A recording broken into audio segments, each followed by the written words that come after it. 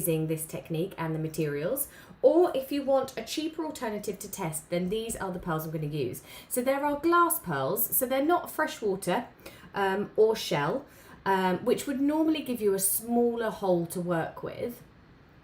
But with these ones, I'm going to show you how you can also do it with inexpensive pearls like this. Now, these pearls are down to just over £6 for today, so there is a 10% saving on them.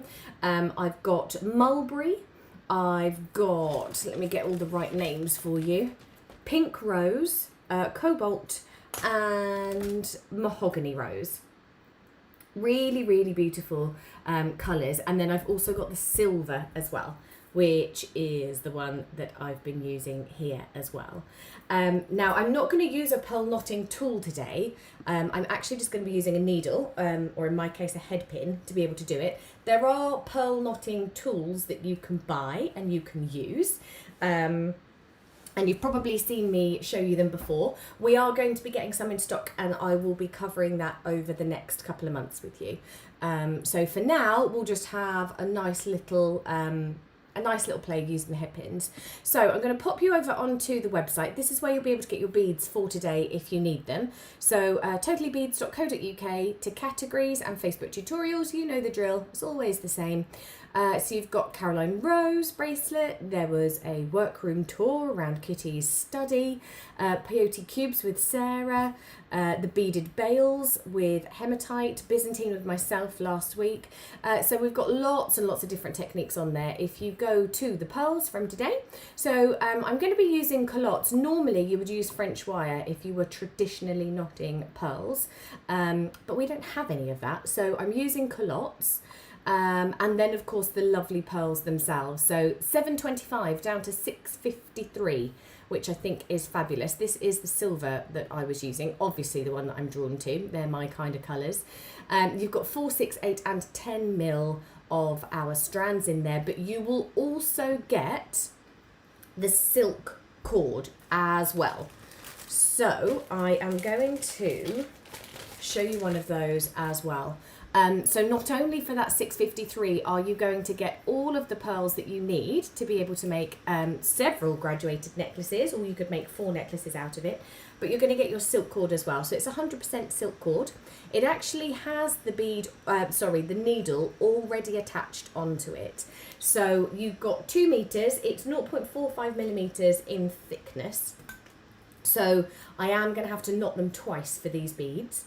But that's actually going to teach you and show you how to use any beads in any of your crafting stash, which is really lovely. I knot pearls as well, but there's always something new to learn. Lovely. Hopefully I've got some top tips for you. Sarah, I'm waiting for that tool. I'm waiting for that tool, the one you use, I bought the other day. Maybe that's the pearl knotting tool. I'm going to be using that over the next couple of months, which would be really lovely. Hello, Jean, over on YouTube as well. So we're live on Facebook and YouTube and Twitter, I think, as well. So give us a little wave if you are watching from any of those platforms. Let me know where you are, how you're doing. Okay, so I'm going to crack on and just get going with it because there's lots to learn and lots to see. Okay, so your pearls, as you saw, they are your amazing bundles for today. £6.54 or 45, one of those. And just pick your favourite colours. They are going to give you the most beautiful finish. And the great thing is you're going to get ever so slightly more length out of your necklace because, of course, we're going to be knotting in between them. And this is a great way of doing it inexpensively because ordinarily you would need real pearls to be able to create this technique. And like I said, it's incredibly tactile. You get the softest finish, which is really lovely. If these were strung, then they would be a lot more rigid. You just wouldn't get this movement on them. So you have a knot in between every single pearl, which also means if anything breaks, you would only ever lose 1 bead. So that's the whole sort of thinking between knotting your pearls, was that they were such precious beads that you wouldn't ever actually want to lose any of them. So if anything were to ever break, you're only ever going to lose one. So I've completely unravelled my silk cord from the pack. It comes in this little card.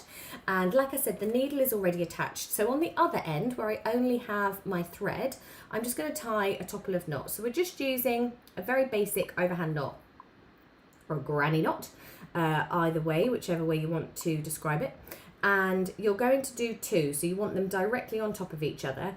If you struggle positioning knots, this is exactly what we are going to go through today.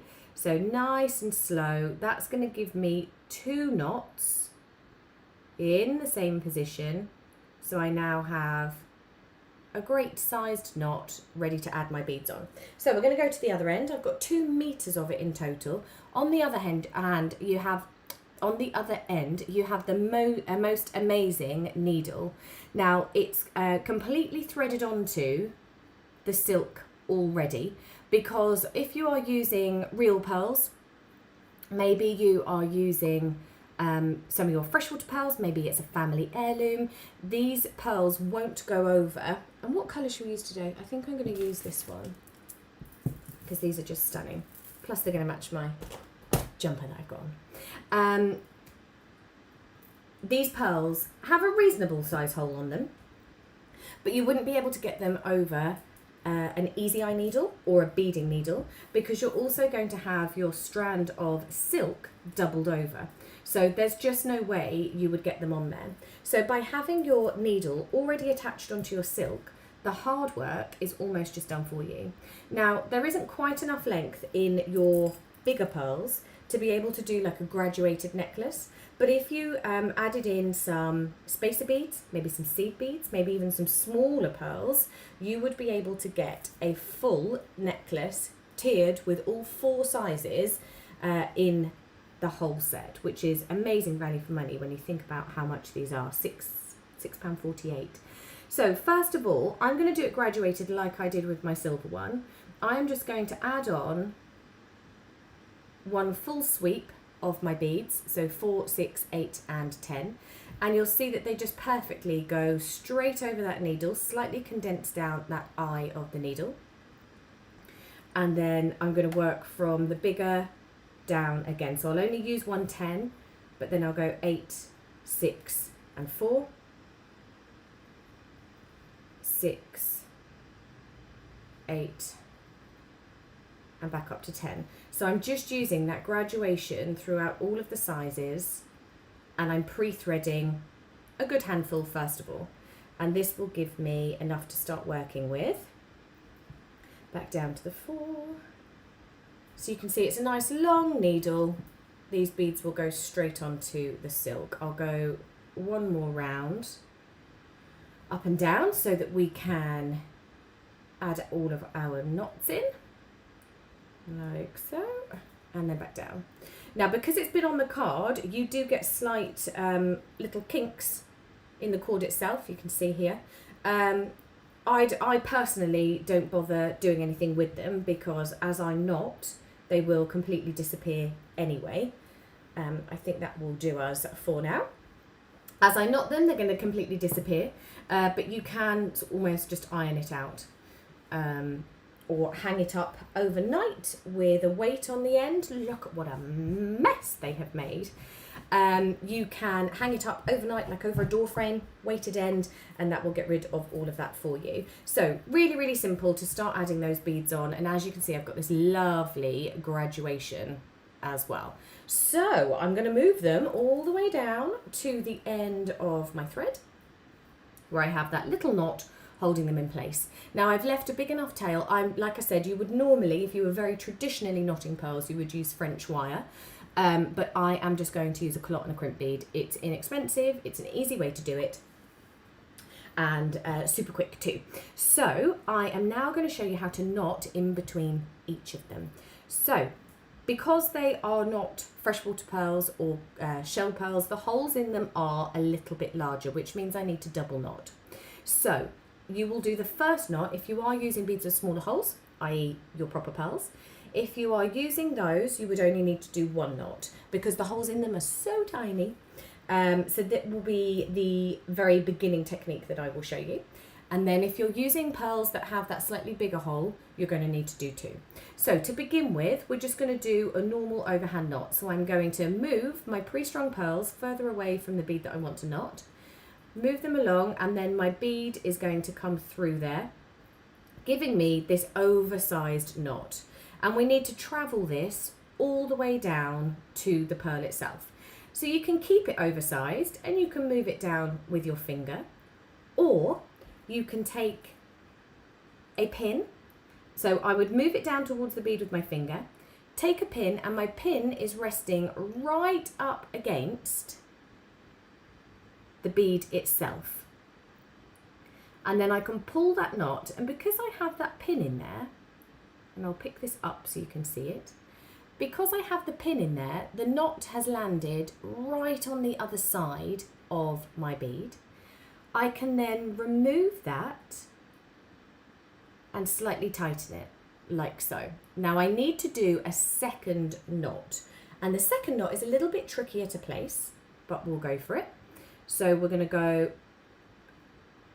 extra large knot, opening that up, and then this time I want to make sure that my thread sits on the inside of my knot. So I'm just going to hold that in position there, pulling it down. So stay in position, pulling it down just to shrink down that knot. And then I'm going to hold that in place, and I want to make sure that this knot is encased. So can you see I'm just making sure that I pull it tight and that knot is completely surrounded by my new knot. And then you have a knot on either side of your bead. And we'll do it all again. We're going to do it several times over. I'm going to bring you back out just so that my hands aren't in the way. So because I've pre-strung my beads, I'm now ready with my next one. So you always pull the bead work that you are working on, as opposed to the strung beads on the other end, through the circle. You can keep that oversized and pull it down with your finger. Embed. You could do this with, traditionally it would be done with like pointy pliers, tweezers. But I'm going to use my pin just to make sure that I can pull it as near down to the bead as it will go. So you're keeping it oversized until you get right up to the bead. When you do, I'm using my spare fingers, so my middle ring and pinky, to pull that cord, and my index finger and my thumb are rinsing it towards. So I'm pulling with my base fingers, and I'm rinsing just like you're rinsing out water, like you're squeezing it along, pushing that knot all the way down. And then because these pearls have a larger hole in them, I need to do 2. So I'm keeping that knot oversized. Can you see my fingers working underneath to pull through that excess cord? And then I'm going to make sure, using my index finger and my thumb, that this knot will go directly over the previous knot. And I now have a run of 2 beads, a run of 3 knots, and you keep on going. It's easier to work with the larger pearls because of course you have that little bit more to hold on to. So if you wanted to, you could start with a much bigger pearl just to make it a little bit easier on yourself.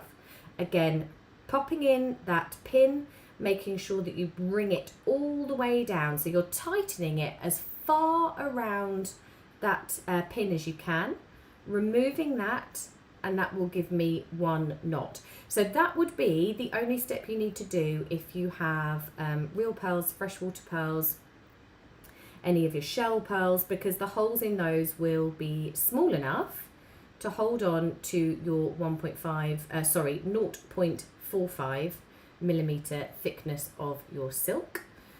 For those who are using beads with larger holes, you're going to need to double knot it like so. Jane says, this is spooky. I got loads of pearls out yesterday to start my very first pearl knotting, and you're teaching it. Brilliant. Jane, you are welcome. Question, the Forever Flowers tool might be useful for this. It's too thick, Anne. You need something that is pointy fine. So you could use a needle. The reason I don't like using needles is because they're just a little bit too bendy for me. I like using a head or an eye pin. You could use a pointy pair of pliers. even the tip of my round nose pliers is too thick because, and I'll show you why. And this is probably about the thickness of your Forever Flower tools as well. It's just going to give you too much space. The thinner the implement that you are using, the tighter and closer next to the knots and the beads it's going to be. So we need it super, super fine. I even know people that do it with like the tip of an earring wire. Do excuse me. Because you get just the finest little bit of wire. Tweezers with very fine point is ideal. Yes, Ruth, exactly. Tweezers with that really fine point is great because you can also ring those knots up. But I was also very conscious that so many of you won't have pearl knotters. You might not have pointy tweezers. There are so many things that you could invest in. So I wanted to show you, thank you, Margaret. I wanted to show you how you can do it with just the materials that you have at home. Thank you all for blessing me. So you can see now that that's going to get you as close up to those beads as possible just by using that head or eye pin. And then when it comes to tightening up that second knot, you want to hold the beads in place, holding that knot, pulling it down as close as it will go so that you're actually encasing the previous knot in your new one. And that is going to give you, because to position knots directly on top of each other would be really hard. Now, I always use a spongy bead board for when I'm doing this. So I have my padded bead board that I use because my pin will embed straight into it.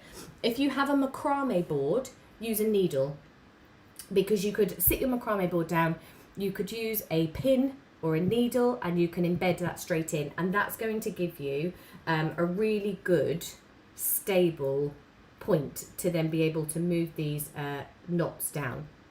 So you will see as I am tightening it up, the knot actually travels. When you move this pin, the knot travels because the pin is inside it. You can move it up and down. If your knot doesn't travel, you have it the wrong way round, and I will show you. So I'm pulling through all of my beads, and you can see here the knot itself is open, and that means it's going to move up and down. So at the moment I can move it very freely. If it were to turn around or to twist, it's not going to move as freely, because rather than tightening the knot, you're just going to secure it into place without being able to move it. Do excuse the dog. Monday morning madness, back as normal. Thank you, Curly. I think it's the postman. Got a delivery. It's okay, I'm sure Beth will sort it out for me. Okay, so what we're then going to do is just continue all the way, and can you see in between every single knot, in between every single bead, I have those knots.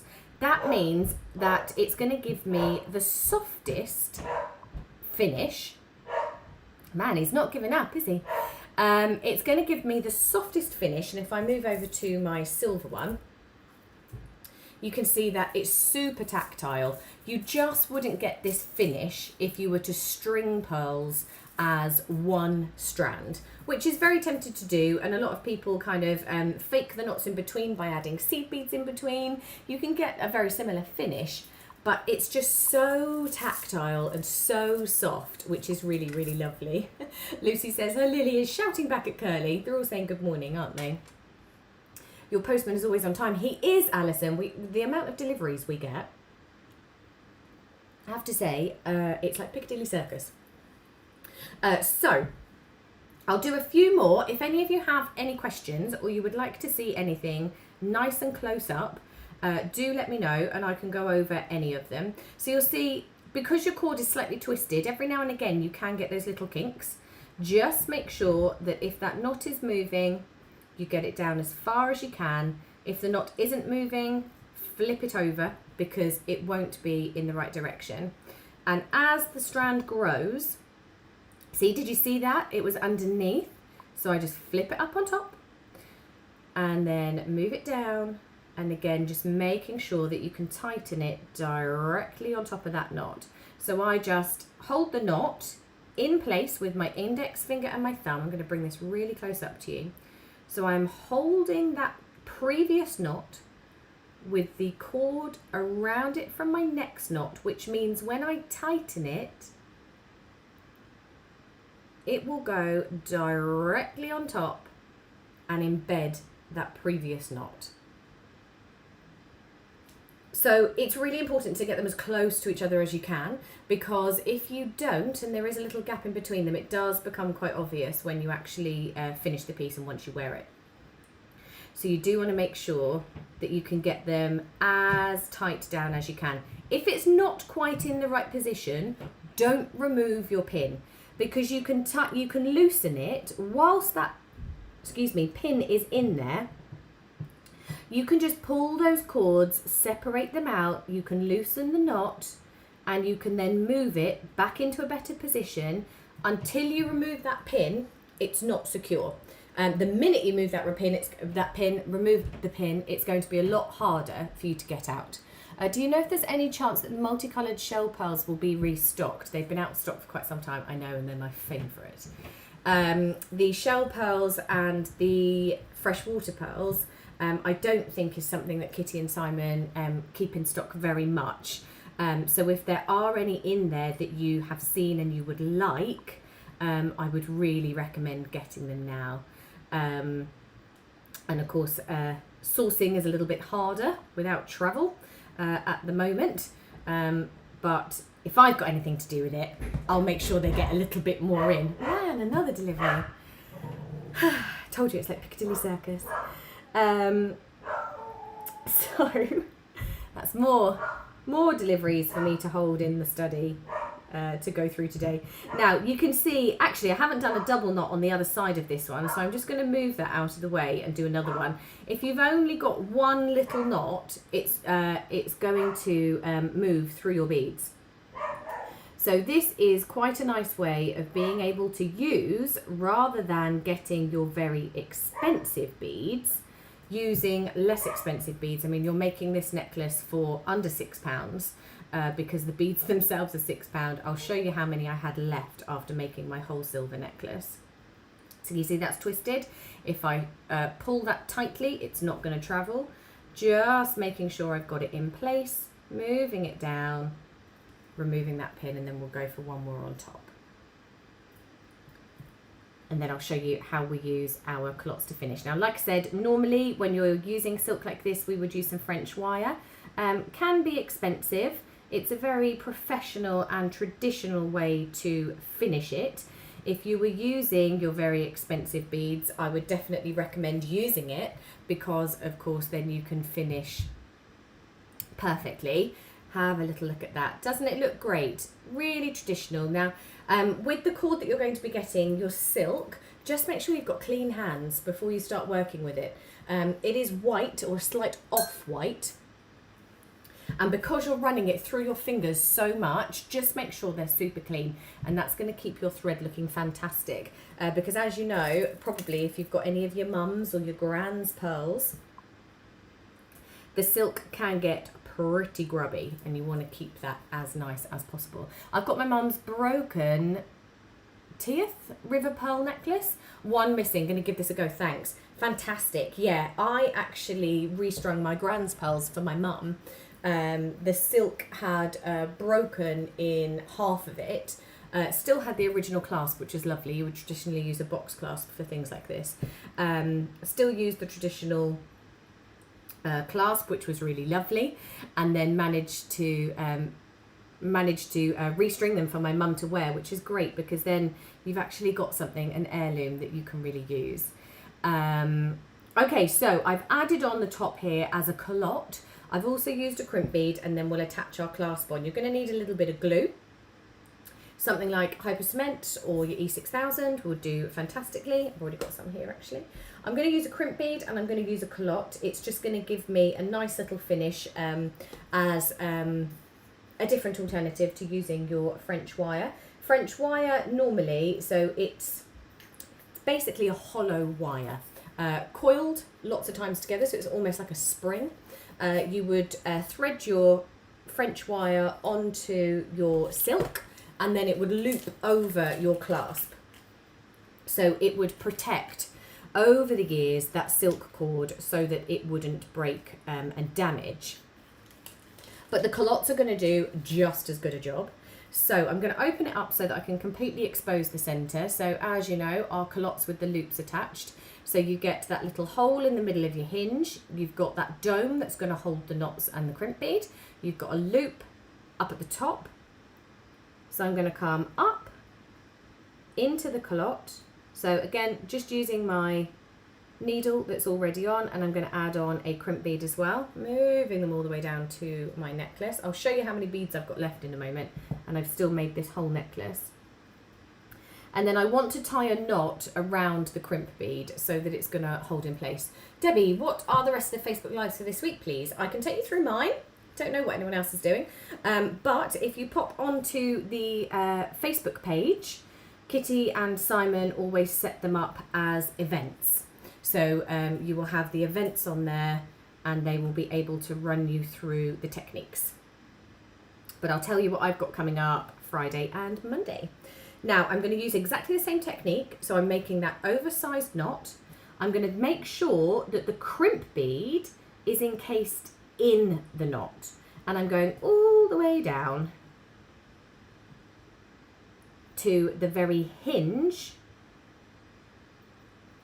of my culotte. So I'm going to pull it as tight as I can, which will get it all the way down.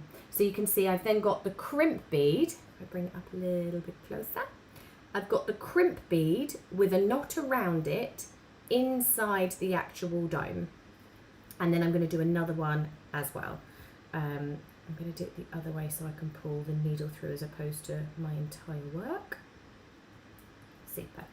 And then I'm going to pull this all the way down. Let it shrink, shrink, shrink. Keeping my finger in to keep it big. And then I'm going to do the same thing, just making sure that that crimp bead is encased in the knot. Nice and tight, and that's going to secure it for me. And then I'm going to take my flat nose pliers. I'm going to give that a little squash. And I'm not going to do it hard because I do not want to break that silk. It's a very, very slight touch. Dollop of glue on there. Add your glue on, and then we're going to close off that culotte. And that will give me a perfect finish. If you wanted to, you could tie an extra double knot underneath it before you put your crimp bead on and your culotte. But I'm happy with that. I think that's a really nice, neat finish. Jump ring and clasp to finish. Let's go for, I'm going to go for a magnetic one on here, just because that's what I have to hand. We do have a couple of box clasps on the website. There isn't very much stock of them, but if you want to have a look, there are some really nice fancy clasps. So you can make all of this look pretty posh. Just going to put that jump ring through the culotte itself and then through the clasp. Close that off, and you'll do exactly the same thing on the other side. So you can see you get a really lovely finish, completely fluid necklace. And of course, once your glue has dried, you can cut those extra strands off. Really traditional, although I've double knotted them just to make sure that I had the right size knot for the holes that we have here. Get rid of that bit of thread.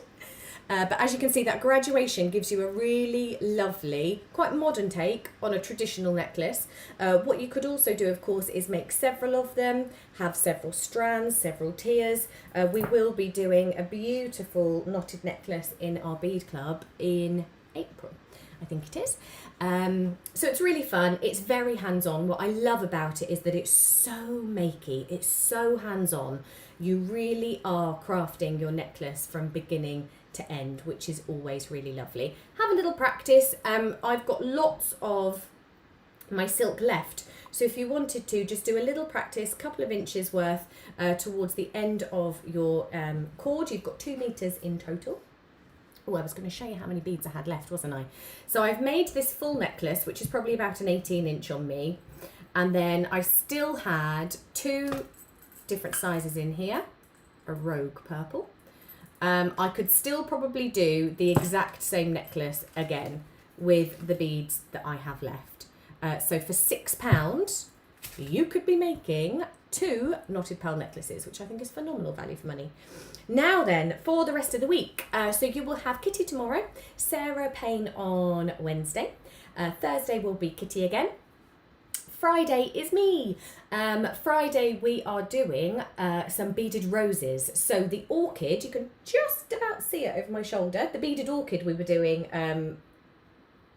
my bowls from my kitchen, yes they are. They're my little ones that go on the side for sauces and dipping sauces and all sorts. But they're really handy because it just holds everything. So that was to save them going all over the place yesterday on my bead mat. So I'm going to be making beaded roses. So French beaded techniques. We're going to use beautiful domes as well. So if anybody saw my Beauty and the Beast rose that we did a little while ago, that is what we are making on Friday. Do not miss it, but be quick because we don't have a huge amount of stock of the domes. I've got 3 different sizes, so I'm going to teach you the rose for each one. We've got various different colours. That's going to be super exciting. Then you'll have the weekend with Kitty. She normally does a little bit of playing around, a creation station, a bit of the community. Someone from the community will go on and share their makes. Monday, you'll be back with me. So Monday, I'm going to show you how to make some chandelier earrings, and we're making them out of wire. So I'm going to show you how to make all sorts of components with your wire so that you can make your own decorative components, which is really nice. So we're going to make from scratch some chandelier earrings on Monday. And like I said, if you go onto the Facebook page, you will be able to see all of the events that Kitty and Simon put up, and that will give you who's doing what on what day. Now we do also have bead club. It's my bead club this week. I'm going to be teaching on Thursday night and Friday morning cubic right angle weave. So this is the bracelet that we're going to be making. I'm using crystal cubes and seed beads. This will be Thursday night and Friday morning. So head on over to beadclub.co.uk for more information on those. It's a subscription service, so you sign up and have classes every week, but you can also sign up to just your favourite ones as well. So go and have a little look. There's probably a couple of months worth of projects on there that you can have a little look at now. Take care, have an amazing week, stay safe. Let's hope it's good news tonight, and I will see you on Friday. Take care, have a great week. Thanks for joining me. Bye.